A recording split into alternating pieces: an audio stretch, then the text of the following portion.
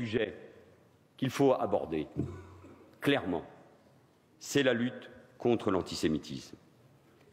L'histoire nous l'a montré, le réveil de l'antisémitisme, c'est le symptôme d'une crise de la démocratie, d'une crise de la République.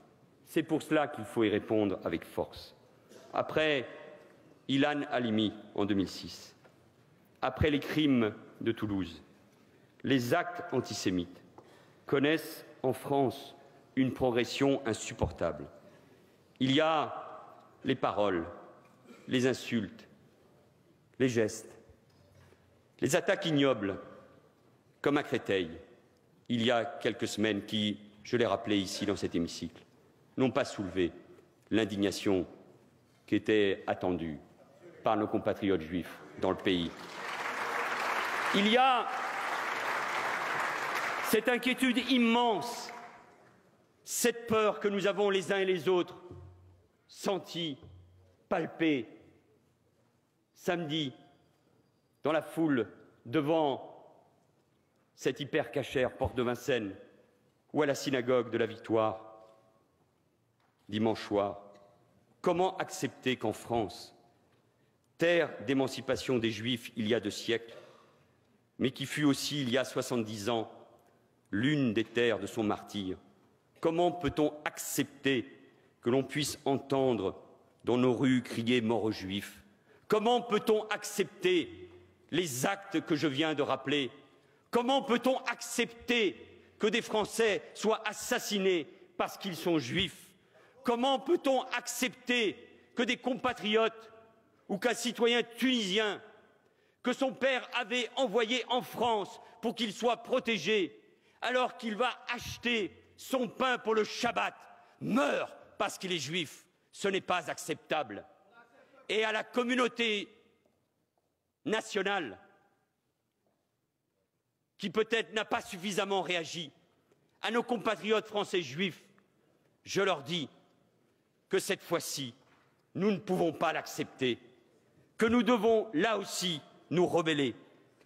Et en posant le vrai diagnostic, il y a un antisémitisme que l'on dit historique, remontant du fond des siècles, mais il y a surtout ce nouvel antisémitisme qui est né dans nos quartiers, sur fond d'Internet, de paraboles, de misère, sur fond des détestations de l'État d'Israël et qui prône la haine du juif et de tous les juifs. Il faut le dire, il faut poser les mots pour combattre cet antisémitisme inacceptable. Et comme j'ai eu l'occasion de le dire, comme la ministre Ségolène Royal l'a dit ce matin à Jérusalem, comme Claude Lanzmann l'a écrit dans une magnifique tribune dans Le Monde, oui, disons-le, à la face du monde, sans les Juifs de France, la France ne serait plus la France. Et ce message, c'est à nous tous de le clamer haut et fort. Nous ne l'avons pas dit, nous ne sommes pas assez indignés. Et comment accepter que dans certains établissements, collèges ou lycées, on ne puisse pas enseigner ce qu'est la Shoah? Comment on peut accepter qu'un gamin de 7 ou 8 ans dise à son enseignant, quand il lui pose la question « Quel est ton ennemi ?», et qu'il lui réponde « C'est le juif ». Quand on s'attaque aux juifs de France, on s'attaque à la France et on s'attaque à la conscience universelle. Ne l'oublions jamais. Et quelle terrible coïncidence, quel affront que de voir un récidiviste de la haine tenir son spectacle dans des salles bondées au moment même où samedi soir, la nation, porte de Vincennes, se recueillait. Ne laissons jamais passer ces faits et que la justice soit implacable à l'égard de ces prédicateurs de la haine. Je le dis avec force, ici, à la tribune de l'Assemblée nationale. Et allons jusqu'au bout du débat. Allons jusqu'au bout du débat, mesdames et messieurs les députés. Quand quelqu'un s'interroge, un jeune, un citoyen ou un jeune, et qu'il vient me dire à moi ou à la ministre de l'Éducation nationale, mais je ne comprends pas, cet humoriste, lui, vous voulez le faire taire, et les journalistes de Charlie Hebdo voulaient monter au pinacle. Mais il y a une différence fondamentale.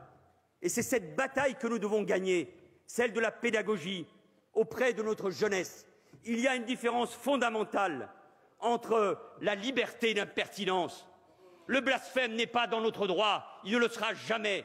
Il y a une différence fondamentale entre cette liberté et l'antisémitisme, le racisme, l'apologie du terrorisme, le négationnisme, qui sont des délits, qui sont des crimes, et que la justice devra sans doute punir avec encore plus de sévérité.